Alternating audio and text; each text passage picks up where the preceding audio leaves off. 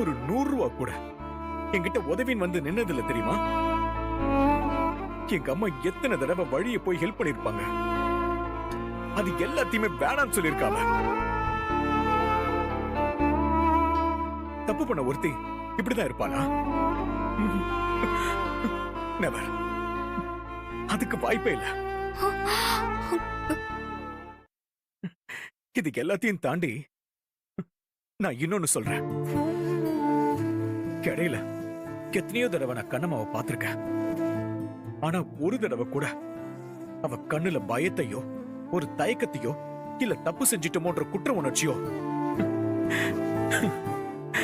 நான் பார்த்ததே இல்ல வெண்பா.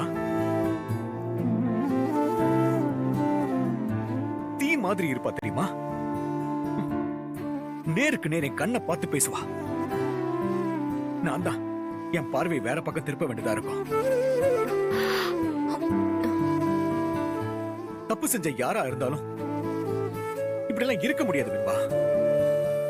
மனசுல ஒரு தடுமாற்றமும் பயமும் வந்து வந்து போகும். இவளுக்கு அதெல்லாம் அடியோட இல்லவே இல்ல.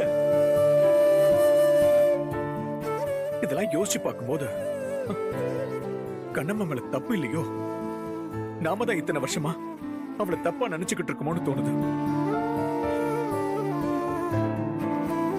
ஹே, இந்த 8 வருஷத்துல அவளை பிரிஞ்சு வாழற இந்த வாழ்க்கையில நான் என்னத்த பெருசா அடைஞ்சிட்டேன்?